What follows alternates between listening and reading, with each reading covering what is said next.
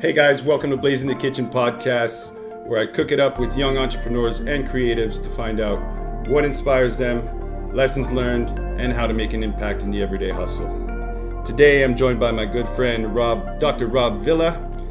Today we're going to talk about how chiropractics can help with not only your mental health, but your physical strength also. Let's get into it.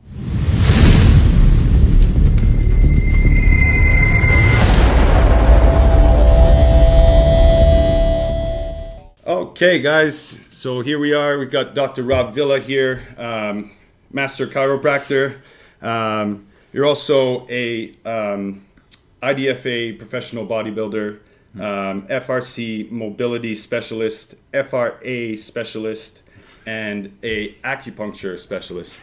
So with all that said, how's things been with you in COVID and business? Different for sure. Yeah. I'm sure like every business kind of has been affected.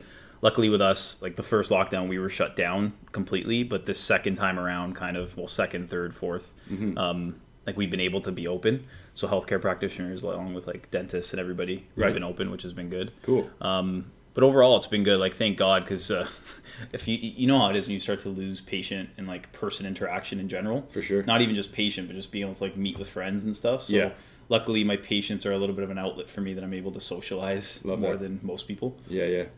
Now, you're based out of, you have two locations, right? Yeah. So both in Mississauga. Yeah. One of them is based out of the Good Life Fitness at Square One. Yeah, right? that's correct. That's and then the other one is? The other one's at Sea Power Fitness, which is like Central Parkway in Wolfdale. Okay. That's my secondary location, but being that now like Good Life's kind of closed their doors, that's thankfully been my home base now. Like I've had an outlet to be able to treat, thank God, right? So Good Life's been closed for a while now, just being that they've been mandated from the other gyms, whereas being that Sea Power is a smaller studio style gym, we're able to stay open on the clinical side of things. So as like a chiropractor, I'm able to treat and perform. So Sea Power, it's called Sea Power Fitness. Like the gym itself is called Sea Power Fitness. Okay. Cool. It was a long time colleague of mine back when we were at Square One when I was still a personal trainer. Yeah.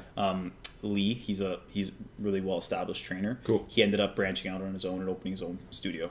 Nice. And that's Sea Power. That's Sea Power. Yeah. Dope. Yeah. So literally, it's like 5 minutes away from my location. But, Yeah. Which helps for all my patients like switching over because it's not really a difference in distance. Especially with the fact that the gym is locked down and you can't access your other office, like the right? Good Life kind of close the doors and that's right. sort of thing. Like get all your stuff because you're not coming back in until Right. we open. Oh, shit. So that's the only kind of issue I've had over the whole lockdown is like availability to my own office. Right. But, that sucks, man. yeah, no, I know it's not the greatest. Like I'm not going to start treating people out of a condo or anything. Right. Yeah. Like the logistics of it just don't add up. Like bringing people into a smaller area. It's not something you can work from home. Yeah, I know it's not something I can do that. Yeah. I know a lot of colleagues of mine have kind of dabbled with like virtual stuff. Okay. But it's just like there's something to be said virtual, for like virtual treatment.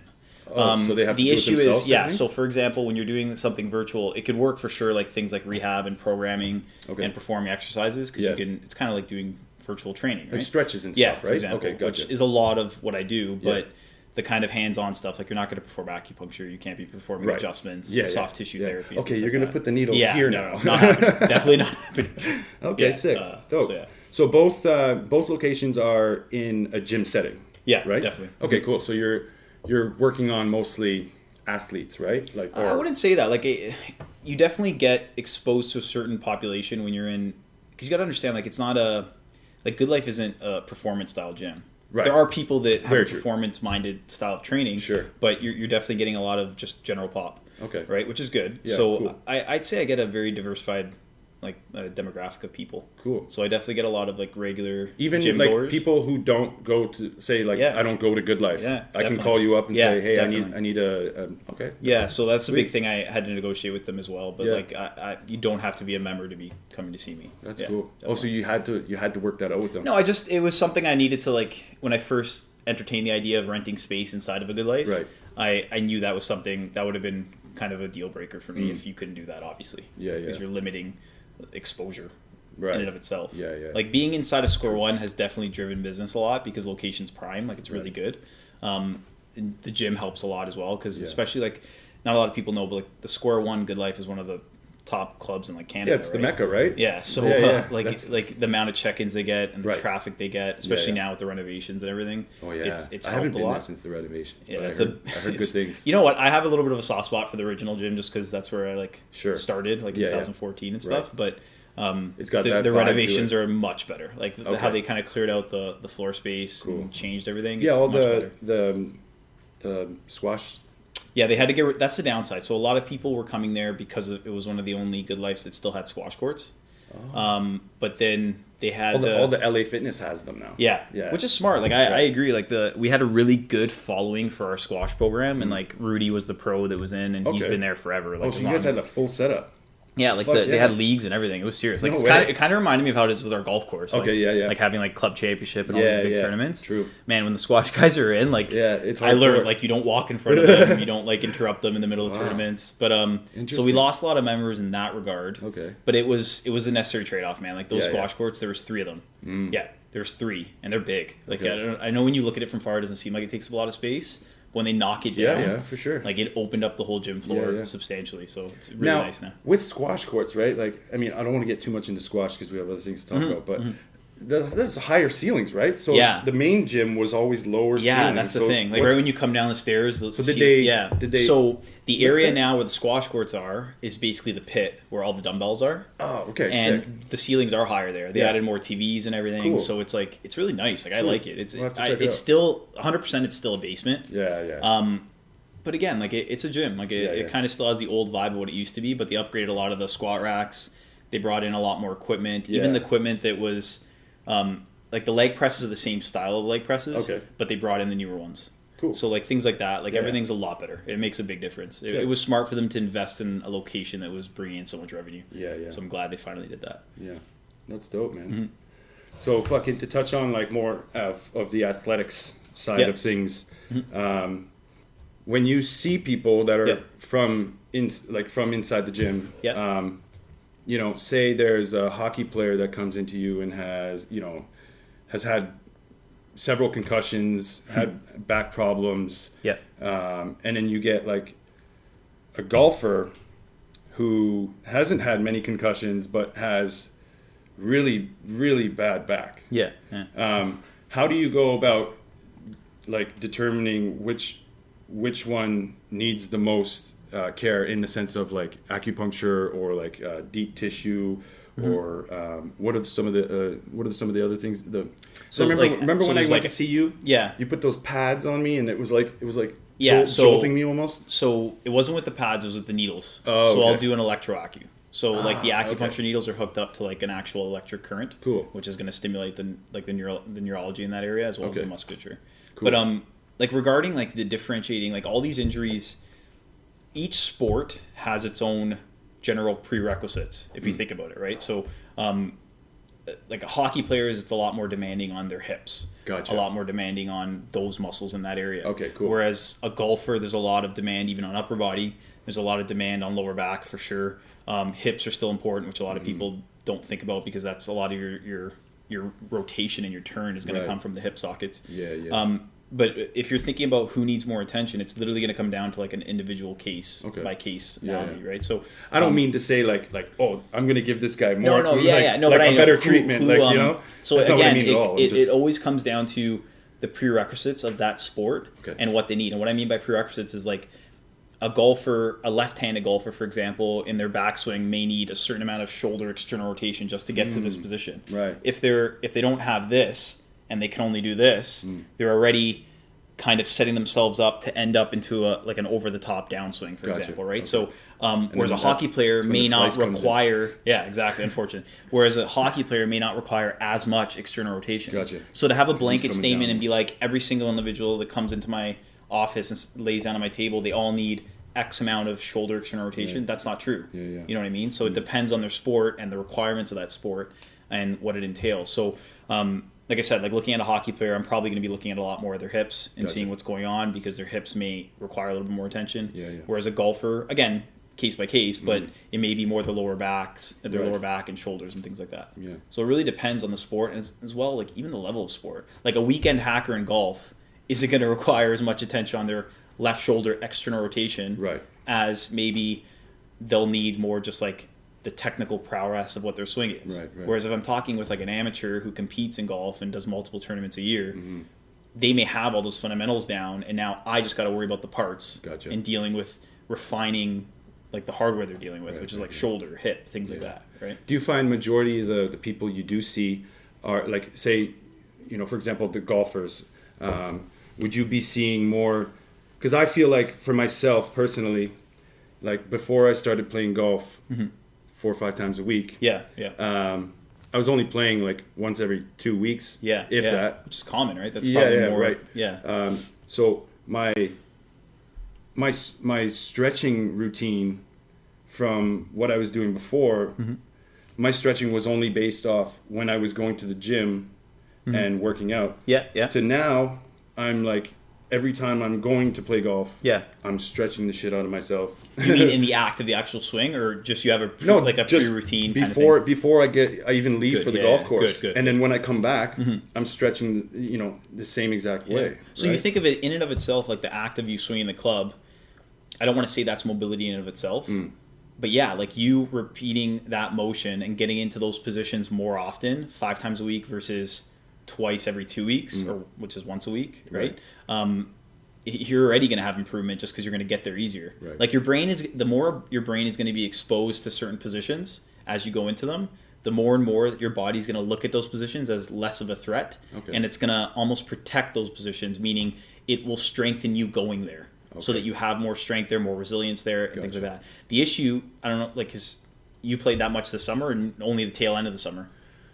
I played all summer. Yeah, so what I mean is, I don't know if you noticed it, like I definitely noticed it. So seasons past, I maybe played twice a week or once a week. Yeah. Like this season, having the membership and everything, I was playing 4 or 5 times a week. Yeah. And practicing a lot more, like doing more speed work, doing a lot of different things. So that's another thing too, right? Like you want to start practicing and doing. But that's what I mean. So the more you're playing, you're actually probably getting more frustrated and realizing you maybe need more time with practice. But the thing is, I got exposed to was different injuries now that I wouldn't have gotten as a recreational golfer. I am recreational, but I mean like playing more often. Yeah. When you're playing less, you don't get those overuse injuries as much. Right. You just maybe don't play as good. Okay. Or you're a little sore for a day and then you're good. Because you're waiting 14 days to play again. Yeah. Whereas when you're playing 4 or 5 times a week, like little naggy injuries that are mobility issues to begin with will expose themselves because the repetitive bouts are there and you start to overuse like areas like golfer's elbow, maybe hip or knee things from walking a lot and stuff like that. I also feel like most people, they wait till they feel some type of pain to say, "Oh, I should probably start stretching." Yeah, no, it's true. And you know like what? Mobility is key. Yeah, right? It's true. Like I as a chiropractor, it's easy to say, yeah, for sure. Like it's so cliche. Yeah. Do things before you get injured. Yeah. But let's be honest. Like if anyone's ever played a sport consistently, gone to the gym regularly, like you're not going to get checked on every single ache and pain you have. Like you come from a history of hockey too, right? Yeah. Like there's and unfortunately it's the sociology of the sport kind of, but there's a difference between being injured and hurt. Sure. Like you know what I mean? Like give me a typical, like in the GTHL, like playing a 36 game season kind of thing and going at it, being in school too, because you're kind of doing everything at that point. You're never going to go to you're never at a practice where you have absolutely nothing that kind of aches. Right. You know what I mean? Like unfortunately that's the reality of sports, right? You're kind of overusing yourself for the season, trying to use the off season to get a little bit more resilient and then hope that resiliency maintains throughout the season as you're effectively beating yourself up. That's it. But the reality is like, you got to wait and see, like those naggy injuries we're talking about. Sometimes you'll ignore them because you know what I mean. You might feel something, and then a day later it goes away. Right. But it's like a little knot or something. Yeah, that's what I mean. But the thing is, being honest with yourself, like you know the things that are kind of persistent, and you're like, I'm just being a little bit of an idiot ignoring these. Yeah. And those are the things that end up more times than not usually getting worse rather than getting better on their own. Okay, like there's a reason you're getting that pain signal, and it's not that pain necessarily indicates damage, because it doesn't if you look into the research on that. It's just that pain's a warning sign of something. Sure. So whether it's like irritation or whether it's some sort of like warning that things aren't right in this area and you don't have the prerequisite motion I was talking about to do what you're doing, you got to take that into account. Right. And that's when sometimes you don't want to be walking around with all this like inflammation. Yeah, that's what it is. That's the thing, right? And a lot of times I think why people are hesitant to come in for treatments for things like that is they're like, I've been dealing with this for months. If I come in and start getting treatment for it, it's going to be like a 3-4 month thing, and I'm gonna have to go in twice a week and it's not the case. It's not how it works. Like a lot of it is get assessed, find where your biggest, I don't want to say restriction, but find where your biggest deficit is in your mobility, and then from there, like as a team, we can kind of set up a rehab program that you'll be doing on your own as well. Right. You know what I mean? So it's not that you need to be coming in for passive care from me multiple times a week. Yeah. It's more like at least get on the right track that even if you came in for 1 or 2 treatments and got some guidance along the way, that's already leaps and bounds ahead of where you were when you're just ignoring the injury. Right. You know I feel like that's what was really good for me when I went to see you for my back issue, was that, we did, I forget how many sessions we did do, but it was enough for me to get, I think it was like, what, 5? I want to say like 4 to 6 or something like that. Give or take over the course of probably like a month. Of acupuncture. We did the pads. What do you call the pads again? We didn't do the actual, so there's like a TENS unit, for example, where you put the pads on. Yeah. We didn't do those. We did the acupuncture where I hook up the wiring to the acupuncture needles. Yes, that's right. So then the needles are supplied an electric current. Okay, yeah. And then the muscles kind of contract, relax, contract, relax. Gotcha. So that's similar technology to like the TENS, for example, but rather than, it's the medium that's different. So instead of the pads on the skin, it's going directly into the muscle because so the reason, like, again, there's kind of an acute effect with the needles penetrating the skin and going into the muscle in and of themselves. Okay. Then there's a secondary effect now when I supply electric current, which is going to stimulate the nerves in that area and the muscles. Right? Sick. Yeah. So like I was saying, like one of the biggest things I took from seeing you was that we did go through all those treatments, but you sent me home with homework. Yeah. And and that was so epic for me to get through what I needed to get through with my back, because I still do them to this day. Nice. And that's ideally what I want, right? Yeah. So now say you get that nagging injury, for example, and I get it. Like, it does sound cliche because every rehab specialist wants to talk this way, but the bigger thing for me is I understand, like, the reality of that injury never surfacing again isn't likely. Like, it may come back. Sure. Okay, let's be honest. Like, it was when you were overloaded with a lot of orders and you were doing a lot of work, and like the time's going to come where you're hustling like that again, and that injury may resurface, unfortunately. Yeah. But now, rather than you ignoring that nagging injury or having to right away come in for treatment, you have your own intervention instead of things that you could try to apply, work on those for 2 weeks. If it doesn't get better, then I'm always there to come, like, allow you to come in for treatment. Right. But at least you have some sort of like intervention that you could be applying without having to go in for treatment all the time. Right. And that kind of autonomy that you give to a patient, where it's like you're not the victim now, like you have tools to use even though you're not a health professional. Yeah. That's big. And I think in and of itself, 100%. Understanding that people, like, giving people that reality that it's not, there's stuff I could do that I don't need to just go in and get treatment always. Right. That's like big. You're not telling people like you have to come see me to get better. Yeah, like, and that's where everyone's fear is a lot in treatment is like, I'm going to get stringed on into this treatment plan, and I don't want to get dragged onto that. And like the reality, like, more important than anything, it's not like that. Yeah, no, it's not. It definitely isn't. So, and that's big. Like, people kind of getting that troubleshooting mentality. Like, what can I try in and of itself on myself? Right. And then from there, if I hit a dead end and I run into a wall, then I can definitely go in for treatment again. Right. So say, for example, like, just to give the people a little advice or, little tip, what are 2 or 3 main stretches you think you could help with tight hips, a little sore neck? What are two? Yeah, there's some good ones. Like 2 main things in like your living room. During quarantine. The majority of things you could just be doing in your living room, so that makes sense. But I can't say this just without assessing everyone. So take this with a grain of salt. Obviously, go to your medical professional, get assessed before I say anything. But generally speaking, most people's like what you're saying, most people's hips are fairly stiff. Most people's spines are fairly stiff. Right. And shoulders too. Like a lot. Those are the big drivers, joints. Right. So, like, if you're looking at hips, I would say, in and of itself, like, if I were to just generalize everything before even saying a stretching routine, get a basic, like, strength training routine under your belt. Like, even at home, like, helps just a lot. Like basic stuff. Like, if you're doing a couple of talked to basic Cruz lower about body that. exercises, a couple basic upper body exercises, and you're getting this in 3 to 4 times a week, and it doesn't need to be like 2-3 hours in the gym or in your home doing it. Like, a good 45-minute session could be enough. Sure. That alone is going to increase your mobility. Yeah. Because again, like, when people get confused with mobility, you have to understand mobility is kind of a product of flexibility and strength. Okay, Gotcha. Like, being flexible is important, yes, but it could also be an issue if you're overly flexible without a lot of strength to stabilize that range of motion, for example, right? Yeah. So mobility is the best of both. It's giving you that flexibility, but now you own that range of motion and you have strength there.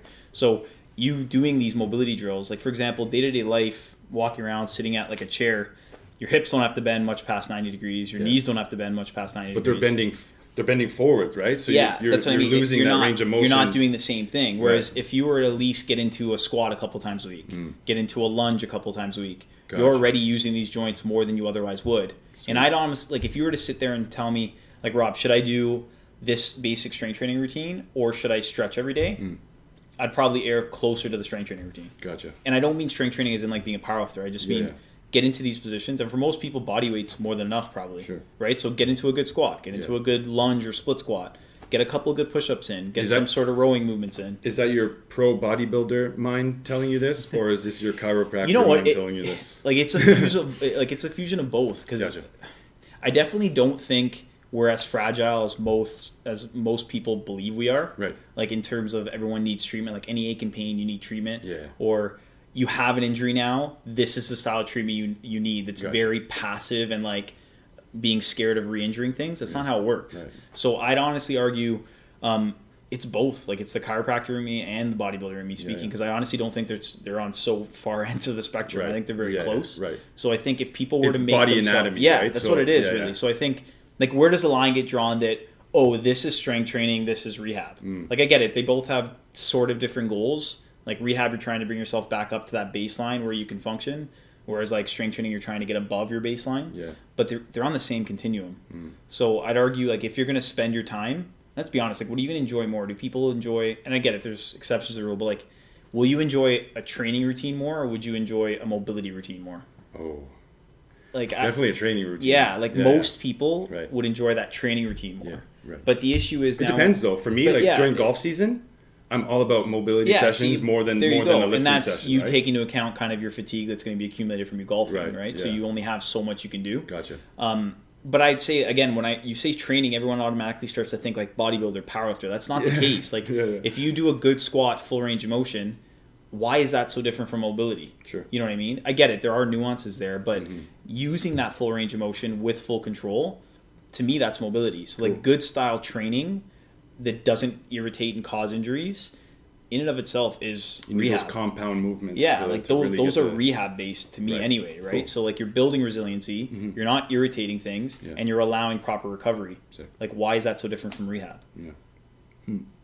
No, it's true. I mean, you know, that's so crazy how like the body works, right? Like it's there's so many things going on within it that is just it's so mind-boggling. Yeah, no, and honestly, we're kind of like even as a health practitioner with a lot of background, I couldn't even imagine going to school and learning all this shit. But like still, what I mean is like even as much as I've learned over the years, like you're still just scratching the surface, kind of. Sure. Like there's always something new to learn. Yeah, like as a health practitioner, we're trying to like just allow the system to heal kind of thing and facilitate it rather than like we're not fixing things. Like I'm not an orthopedic surgeon. Like you're not going in and chipping away a bone, but you're kind of facilitating the body to adapt in the manner you want it to adapt rather than an overuse injury is adapting in another manner, right? Or you having an injury that your back went, your adaptation up to that injury happened wasn't sufficient enough to allow whatever you did to your lower back to handle it. And now you pass that threshold and you cause an injury. Gotcha. Right? So rather than understanding, like thinking... And then when you get to that point, too much stretching and mobility could make it worse, right? Yeah, so what I say to my patients a lot is, like my job is I'm kind of trying to walk that tightrope of I need to give you enough stimulus and enough force into that area to facilitate healing and to allow like the load to do its job. And I mean load by like just force, like you even moving your body. But not so much that now I cause too much irritation. Sure. And there's not a perfect guideline for how you do that. Like it's not like there's a book I can look into and figure that out. It's a matter of like, and everyone's different. Like you can handle a certain amount of volume per week of rehab and training, and someone else can handle maybe less or more. Right? So it's a matter of like I have an idea of where I like to start people, but it's always an idea. Like I'm troubleshooting, right? So I got to see how they respond to that and then adjust accordingly, which is no different than what you do as a personal trainer. It's no different than what you do with anything, right? Like even trying to find a calorie intake, like you're troubleshooting. Very true. You're not just following a math equation, right? Yeah, that's true. No, it's amazing though. Like it's pretty cool to see, and when you start to realize how resilient the body is and how plastic it is, that it changes to what you kind of give it. So if you supply a stimulus and get it to adapt in a certain manner, our bodies are incredibly resilient. Like it's nuts. it's not as fragile as we think, which is good. Yeah, no, for sure. You just talked about a little bit about healthy eating and stuff like that. Any more competitions coming soon? I want to talk to you about like how, because I mean you obviously done the macros, the calorie things. You competed on stage and things like that. What are some things you learned about yourself, like your own body, throughout all those competitions? It's like endless. Honestly, it's funny. I always joke about it, but like I played AAA hockey my whole life. Like went to undergrad, did a post grad for Cairo and everything. Like bodybuilding's still probably the hardest thing I've ever done. Like definitely. And like AAA hockey was definitely very daunting, hard too. But it was kind of, you're in a team atmosphere, right? Like you're always supported. Like you know how it is. Like if one guy's not having the greatest game, you can lean on other guys to pick it up. Whereas with bodybuilding, you don't always have that kind of cheerleading squad that is around you. You're by yourself and the work's not done when you show up to the competition. Like, meaning you don't do the work at the competition. You know what I mean? It's up to that point you do it. So when all the work's being done and all the stress is there is really when you're behind closed doors and alone, right? So come competition day, like everything's done already. You get to just enjoy yourself. Whereas with hockey, it's different. Like you could prepare all you want and do all the perfect off-season training and you're sitting on the show up on game day, but show up on game day and choke, right? Like and not perform well. So with bodybuilding, it kind of, like you learn a lot from it, man. Like you just learn resiliency. It teaches you how to, like what I love about it is you can apply it to everything in life. And I think Cruz has touched on a lot of this too, right? Like you can apply fitness, and to me, like the bodybuilding style of training and having to restrict yourself to everything in life, right? So it's all about like kind of delaying gratification and understanding, just take what you need and don't overconsume. And honestly, everything in life nowadays, like in our like modern society, it's all about overconsumption, right? Like everything, if this feels good, a little bit of it feels good, I want to take more. You know what I mean? And that's like, you can talk about that with addictive personalities and everything, right? How long would you say, like how long were your preps for? Like, were they all the same? I've learned more from every single one. Like my first show in 2010, like when I was a lot younger, I did probably everything like very like the bro way. A little bit too, I wouldn't say extreme, because in and of itself bodybuilding is extreme, but I did very like no carb diets. I probably did keto for a certain amount of time. I did like hours and hours of cardio and things like that. Well, I was touching with that on Cruz on episode 3 about keto diet and how at a certain point in your prep, in the last like 2-3 weeks, like it's basically a keto diet at that point. So it may end up that way. Your cognitive function just leaves your whole body. Your whole existence. It's not, man. Like and I think that's what I've kind of learned with bodybuilding too. Like you're gonna get to that point where it sucks, no matter what, no matter how good your metabolism is. But it is true, every person is different. Like there could be guys that get down to stage weight and like are able to take in a lot more food near the end, and even though they're taking in way more food than maybe I would be, they still feel like crap. But there's certain people that just, I feel like, depending on their metabolism and their history, they just might need to get to those dangerous levels a little bit more than somebody else, and that's where it gets kind of tricky. Unfortunately, my body is kind of like that. Like to get to a certain level of conditioning, I got to get to those ugly low numbers. But I wouldn't say at any point, like in my last few preps, like I've never gotten to zero carb. Like I've gone pretty low, but it wasn't ever really zero carb. But like keto's not really zero carb either, right? Well, it could be a certain amount. You could be getting a certain amount, and like you would be, which is nothing. Which isn't anything really. But I think more than like whether it's keto or not, like it's the calorie intake that causes the biggest impact. Like if your body's at such a low calorie intake with such a high output with like the training and the cardio, you're gonna get into that like kind of like survival mode at some point anyway. It takes a toll on your mental too. That's what it is. Your cognitive function goes down, you get more irritable, you have weight, like your leash, I joke about, like you have a shorter leash for things. And it's unfortunate, like it's hard, like especially being in like a world where I don't have like a job where I'm closed off from people. Like I need to be interacting with people, and like despite me being maybe 5 months into a prep, that person that came in for back pain doesn't care. Like they shouldn't have to care. Like the service should be the same. So that's where it gets a little bit tough, and like you have to be up for it no matter what, right? But yeah, like that. Typically, my preps that's gotta be. I've gotten longer. It's like, not the most fun. Dealing with people, because like again, like as we talked about with Cruz, your personal training these types of services sometimes comes the task of psychiatrists, right? You're more often a psychiatrist than you are a practitioner or like a personal trainer, and crazy. It definitely makes a difference. Like because the biggest thing, and it's funny because we learned about it in school a lot, but you don't realize it until you're in practice. Like we talk a lot about like empathy, and as a practitioner, you have to be able to empathize with the patient and like relate to them, because it's hard. You could be a bodybuilder as a practitioner and sit there and listen to somebody complaining about, it's so hard for me to work out twice a week. And the bodybuilder in me wants to be like, are you kidding me? Yeah. Like, you do not have time to get into the gym. But then you have to understand their circumstance is different from mine. My values are different from theirs. Sure. So I have to empathize. The issue now is, and I've gotten better over the years with learning to empathize. But again, empathizing on zero calorie or low calories is that leash for empathy gets super short when I have to hear about somebody complaining about 2 workouts a week if I'm doing 2 a days plus 60 minutes of cardio on 1,000 calories. Yeah. Right? Like, I don't want to hear about like kick rocks, man. Yeah, like, exactly. And it's hard to kind of, rather than me being the best emotional support at that time in prep, I'm probably more just biting my lip a little bit more. Gotcha. Just to not say something I shouldn't. Yeah. But yeah, I tend to err towards a longer prep most of the time, especially being a natural athlete. Just give yourself more time. Yeah, I can't be taking certain compounds. There is some good research to show that if you are able to diet for a longer period of time, which would indirectly mean that you're able to consume higher calories because you're not trying to speed it up. Okay. Muscle preservation aspect is better. Strength and shit. Right? Yeah. So you're able to, like, again, as a bodybuilder, what's your goal? You're not trying to be a competitive dieter. Right. You need to present your package on stage, like how your muscle and everything you have. Right. So it's not how much muscle you can build in the off season, it's how much muscle you can keep on your frame at the end of a long diet. Okay, so I just want to talk about a few more things. So new studies back up effective chiro care in relieving mental health symptoms. Aiming for more mind-body approach to lowering blood pressure, triggering positive hormones through the spine, and helping you sleep better.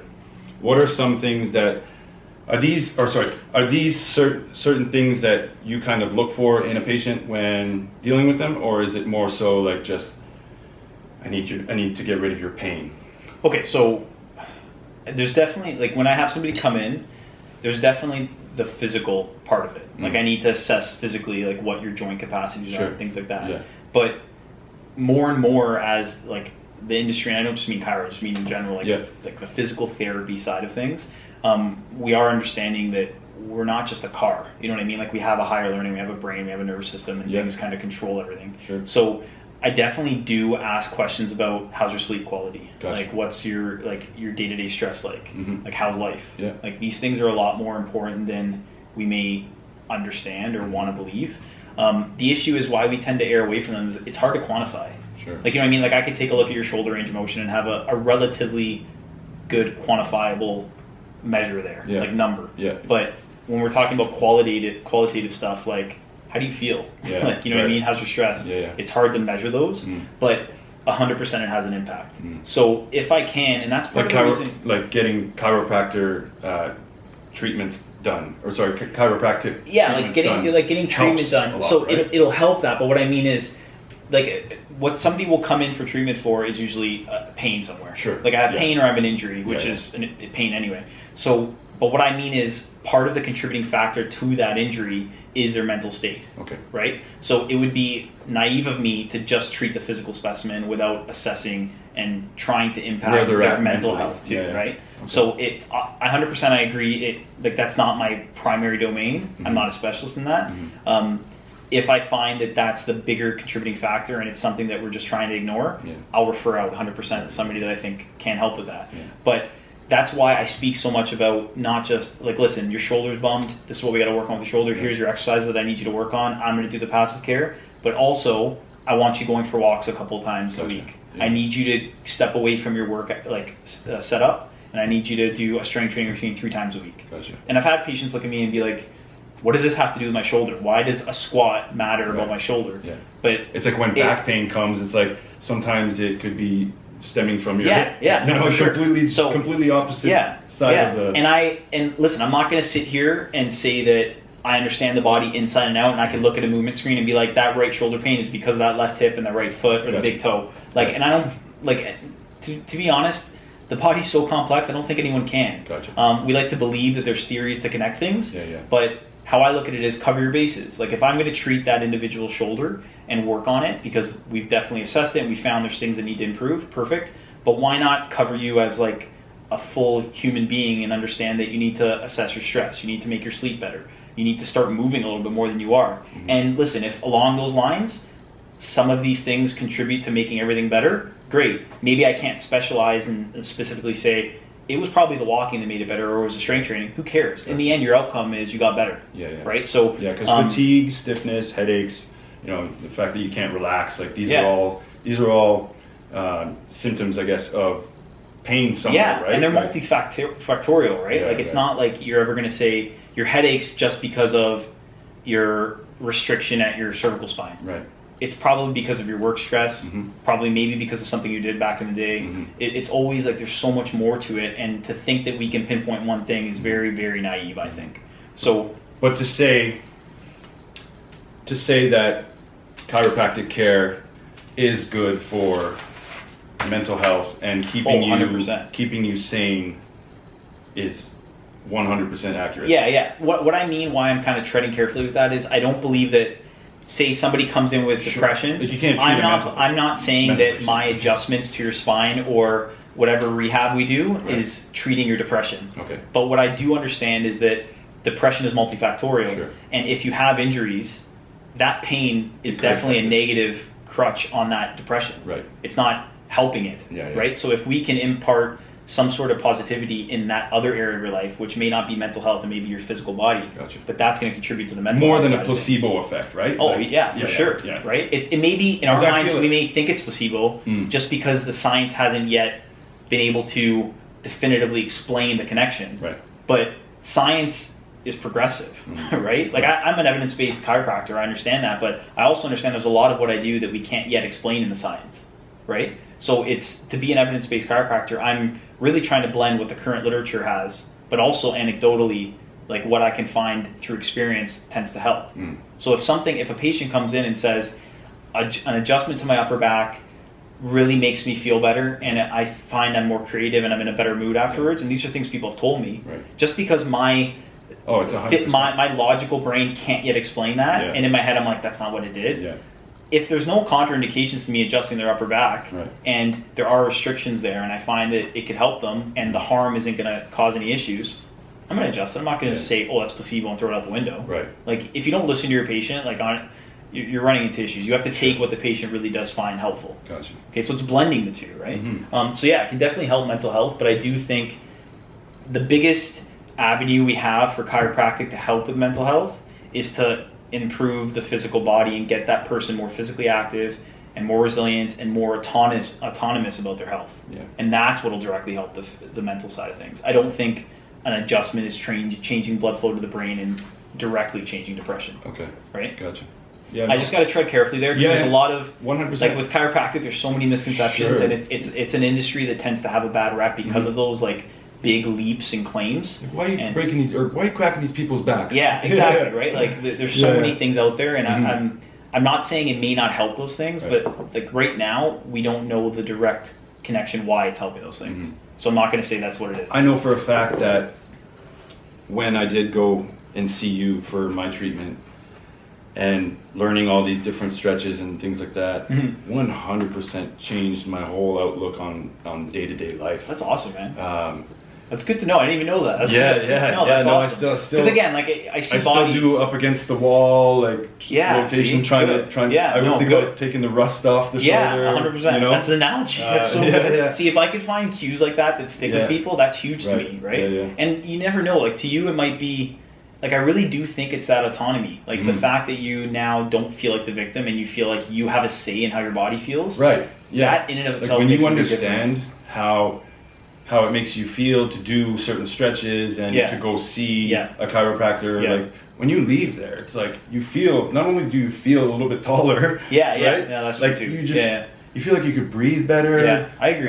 More oxygen to the brain. I feel like it's just like, you know. I agree. Like I think a lot of, like everyone's had injuries, and even me being in the industry, I deal with injuries all the time. Sure. But it's that hopelessness with an injury that really buckles you and gets you into a bad mind frame. And when you have avenues and start to find these interventions that can help you, now that hopelessness kind of takes a back seat, and that'll directly impart a change to your mental frame.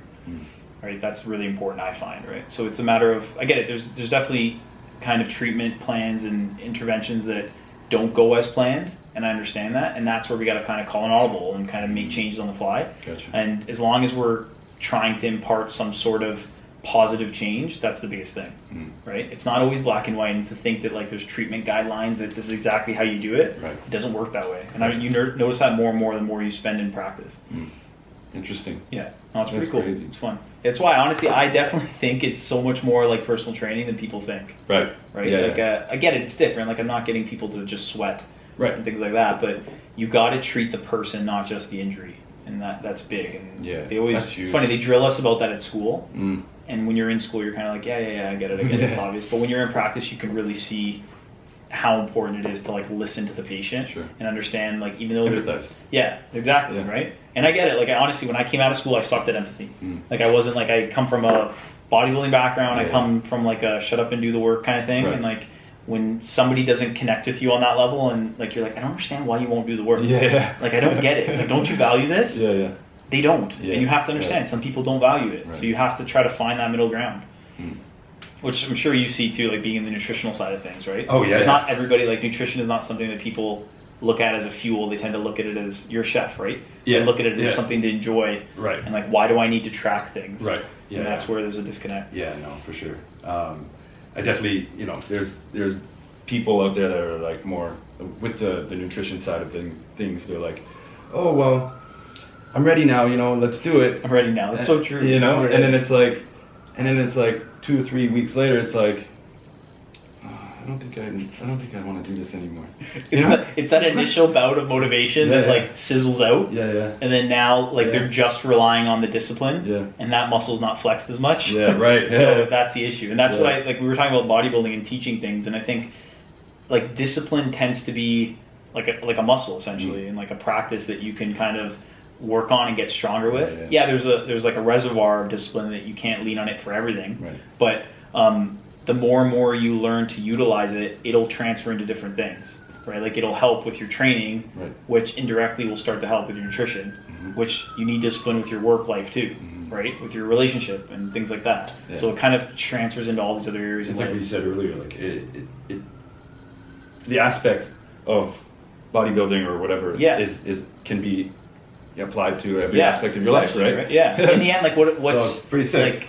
Like bodybuilding's kind of like what I look at it is you're making steps now that you're not going to see an effect in right away acutely, in the hopes that long term it'll cause a positive reward. And that's like, how is that any different than anything else in life? Like I got to save in my bank account. I'd love to go and buy whatever I feel like, but I got to save for later.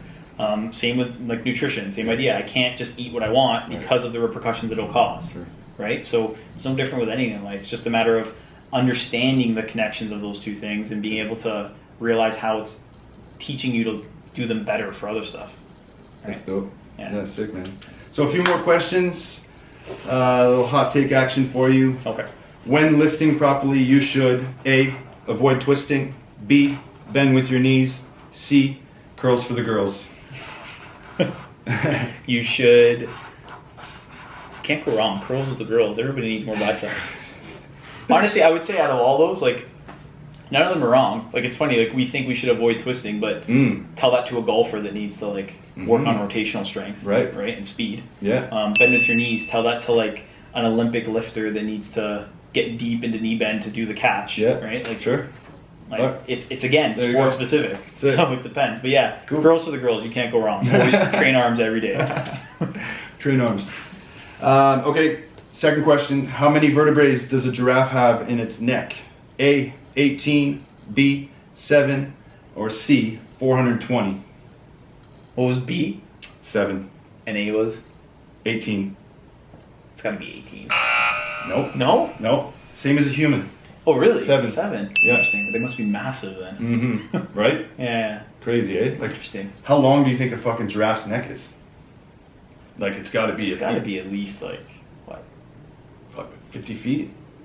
Is that 50? I don't know about 50. No? Think about it, man. Like they're Yeah, I can't long. conceptualize. I've never seen a giraffe. Like, you ever seen a giraffe fight? Honestly, I've never been to a zoo, so I wouldn't even know.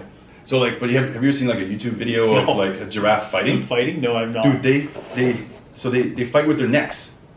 Like swords. Like full on swords, bro. Like they'll fucking like, and they're swinging their necks around, and when they hit, bro, it like you can hear it. It sounds like a tree, like a baseball bat against a tree. You know what I think? In my chiropractic college, I think in the front office, and I know if anyone was watching this, colleagues of mine, I think in the head office of our chiropractic college, they did have a giraffe vertebra. And if I recall, it's massive. Yeah. So it makes sense that they'd have 7 because they cover so much space. Like it's literally like bigger than the size of our pelvis. In a vertebra, I think. Whereas ours are like tiny. Right. Well, depending on the level, but yeah. That's pretty cool, actually. Same as a human, 7. Yeah. That's crazy, eh? Okay. Question 3. How many arteries bring blood up to your neck, to your brain? Is it A, 4, B, 20, or C, 35? Okay, so I'm going to say A, because that's when the carotid split. I would have said 2, just the 2 carotid arteries, but I guess you're assuming internal and external. Yeah, no, you got it. Yeah, it's 4. So 2 carotid and 2 vertebral. Vertebral. Okay, I see what you're saying. Gotcha. Yeah, okay. Yep, that works. Makes sense, right? Yeah, that's right. Sick. It's true. So there you have it, guys. Mobility's key. If you can, go see your chiropractor. I guarantee you it will make you feel better. Yep. He will send you home with homework. So make sure you do your homework. Yep. And that's it. Thanks for coming, man. Yeah, no problem. Great time. Thanks, guys. Thanks for watching Blaisin' the Kitchen podcast. Rob Villa. You can find him at RobV_DC on Instagram. I'm going to put up his handle here. Make sure you guys subscribe, hit the bell button. Thanks for watching. Peace. You guys.